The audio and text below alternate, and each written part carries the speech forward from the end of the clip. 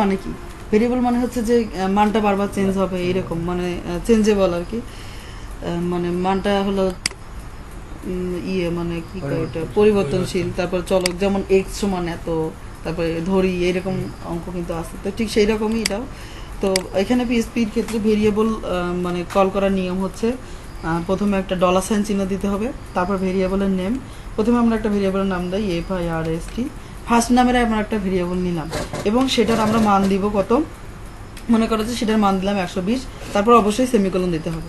তাহলে variable call করার নিয়ম হচ্ছে প্রথমে আমাদের যেটা করতে হবে, প্রথমে হলো ডলার সাইন চিহ্ন, তারপর ভেরিয়েবলের নাম, তারপর ভেরিয়েবলের হলো সমান, তারপর ভেরিয়েবলের মানটা, মানে এই ভেরিয়েবলটার মান কত। ঠিক আছে, তাহলে এটা যদি আমরা এখন দেখাই, এটা কিন্তু এখানে কিন্তু শো করাবে না, আমরা রিলোড করি তো শুধুমাত্র hello I am PSP basic দেখাচ্ছে। তো আমরা কিন্তু দেখো যে ফার্স্টের মানটা দেওয়া আছে কিন্তু এটা শো করানো নাই। তাহলে আমরা করি এটা শো, কীভাবে এটা শো করাতে হবে, তাহলে আমরা করি ইকো, অবশ্যই ইকো দিতে হবে। তো আমরা কিন্তু যখন তোমরা কি কেউ সি অথবা C++ করছো, তো ওখানে কিন্তু মানে মেসেজ প্রদর্শন করার জন্য প্রিন্ট লেখা লাগে, তো এখানেও প্রিন্ট লিখলে হবে। তো আমরা প্রিন্ট দিয়ে একবার দেখাই, PRINT। তো প্রিন্ট করলাম, তো আমরা কি প্রিন্ট করব, প্রিন্ট করব হচ্ছে ভেরিয়েবল FIRST, ফার্স্টের মানটা আমরা প্রিন্ট করব। তাহলে আমরা দিলাম প্রিন্ট, তারপর কোন মানটা প্রিন্ট করব সেটা দিলাম, তাহলে ফার্স্টের মানটা দিলাম, ফার্স্ট দিলাম ভেরিয়েবল ফার্স্ট। তাহলে আমরা রিলোড করি, তাহলে এখন আমাদের দেখাবে যে 120। ঠিক আছে না? তারপর এখন আমরা যদি এর সাথে আরো অন্য কোনো কিছু লিখে দিতে চাই, this is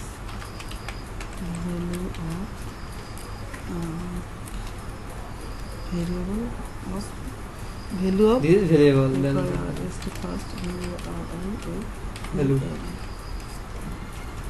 this is value of first variable. তাহলে এখন কি শো করাবে, this is value of first variable, তারপর 120 দেখাবে। তাহলে আমরা রিলোড করি, তারপর দেখা যাচ্ছে দিস ইজ দ্য ভেরিয়েবল 120। আমরা যদি হ্যাঁ সবই দেওয়া যেত।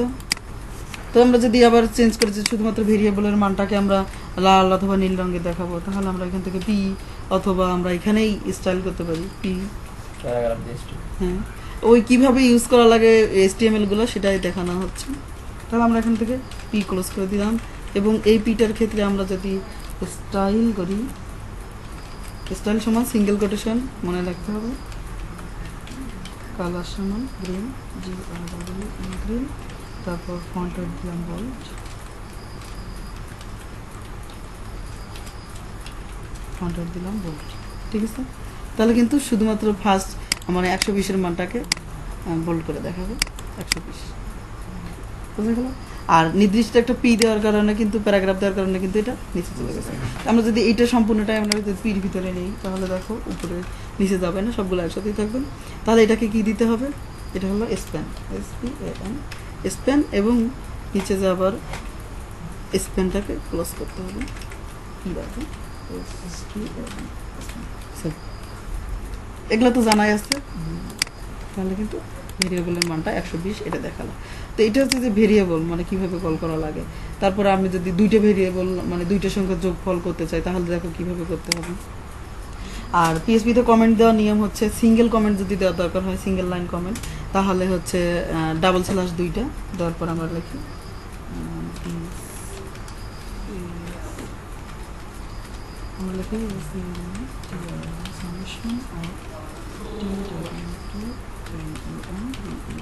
সামেশন অফ 2 নাম্বার আমরা দিব, মানে দুইটা নাম্বারের আমরা যোগফল করব।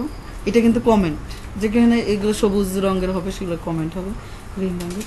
তাহলে আমরা লিখি প্রথম ভেরিয়েবলের মান, ভেরিয়েবল এ সমান দিলাম আমরা 120, তারপর আবার দিই ভেরিয়েবল বি সমান 250। ঠিক আছে, এখন আমাদের কি করতে হবে, আরেকটা ভেরিয়েবল নিতে হবে, ভেরিয়েবল সি, তাই না? ভেরিয়েবল সি সমান ভেরিয়েবল এ প্লাস ভেরিয়েবল বি, এটা দেখালো। তো এখন আমরা কি করাবো, ইকো অথবা প্রিন্ট, প্রিন্ট প্রিন্ট the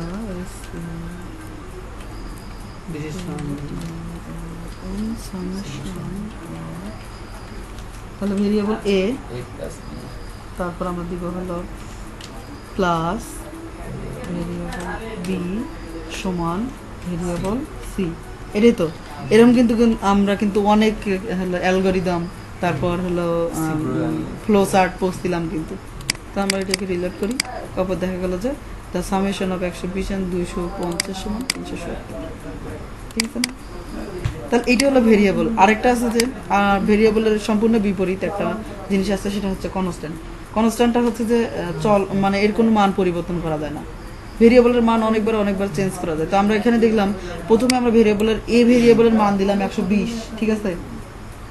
তারপর আমরা হলো আবারও ভেরিয়েবলের মানটা যদি দেই 350 দিই, তাহলে এখন আমাদের কিন্তু এই ভেরিয়েবলটার মান কোথা থেকে সীমাবদ্ধ, যতক্ষণ পর্যন্ত আমি এই ভেরিয়েবলটার মান চেঞ্জ করি না ততক্ষণ পর্যন্ত কিন্তু আগেরটাই ধরবে, ঠিক আছে না?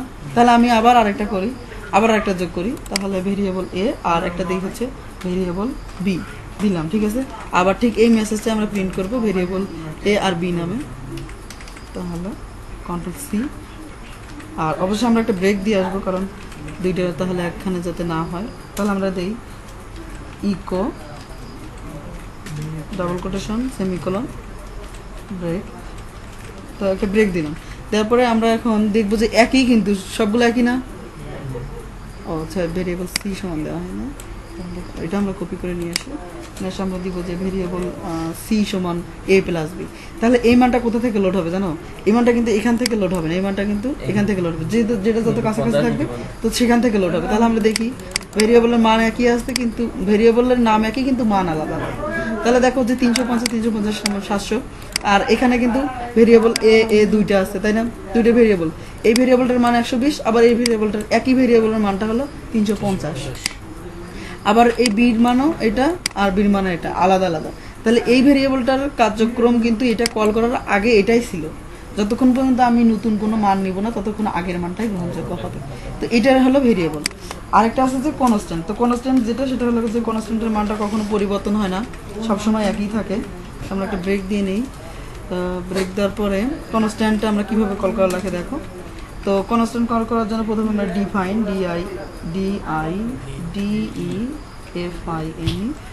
লিখতে হবে। লেখার পরে এর হলো দুইটা প্যারামিটার থাকে। তো ভেরিয়েবলের যে অংশগুলো থাকে সেটাকে প্যারামিটার বলা হয়। কোনোটা 2টা প্যারামিটার থাকে, 3টা প্যারামিটার থাকে, 4টা প্যারামিটার থাকে। তো ডিফাইন কনস্ট্যান্টের আমরা উপরে কমেন্ট দিয়ে লিখে দেই কনস্ট্যান্ট। তো কনস্ট্যান্টের মান কিন্তু কখনো পরিবর্তন হয় না, ঠিক আছে। তো প্রথমেই যেটা লিখবো যে ডিফাইন কনস্ট্যান্টের আমরা নামটা প্রথমে লিখি, আর নামে নিলাম, তারপরে হলো কমা, তারপরে হ্যালো কথাটা লিখলাম, কনস্ট্যান্টের মানটা আর কি হবে, তাহলে সিঙ্গেল কোটেশন, তারপর ঠিক আছে। তারপর হলো আমরা দেখি প্রিন্ট আর এটাকে প্রিন্ট করার সময় কখনো $সাইন চিহ্ন অথবা অন্য কোনো কিছু দেওয়া লাগে না। তো আমরা রান করে দেখি, হয়তো ভুল হয়েছে মনে হয়। আচ্ছা, আনডিফাইন্ড কনস্ট্যান্ট,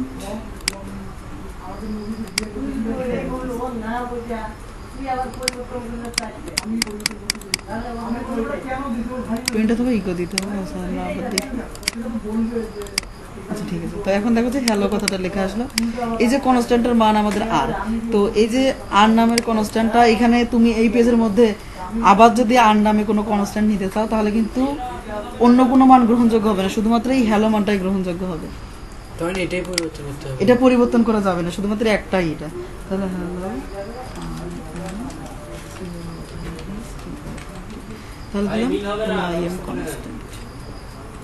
তাহলে দিলাম যে হ্যালো আই এম কনস্ট্যান্ট, এই কথাটা লিখলাম।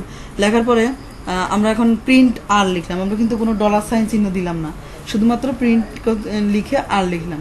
আর ডিফাইন কনস্ট্যান্টের মান হলো কখনো ভেরিয়েবলের মতো হয় না। তো ভেরিয়েবলের মান যেহেতু বারবার চেঞ্জ হয়, কনস্ট্যান্টের মান কিন্তু চেঞ্জ হবে না। তাহলে আমরা এটাকে আবার রান করে দেখবো যে হ্যালো আই এম কনস্ট্যান্ট, এই কথাটা লিখে আসলো। তো লেখার পরে আমি ঠিক এই কনস্ট্যান্টটাকেই আরেকবার কল করব, দেখো। তাহলে কপি ঠিক আগেরটার মতোই করি, আগে যে ভেরিয়েবলটার মানটা যেরকম করছিলাম।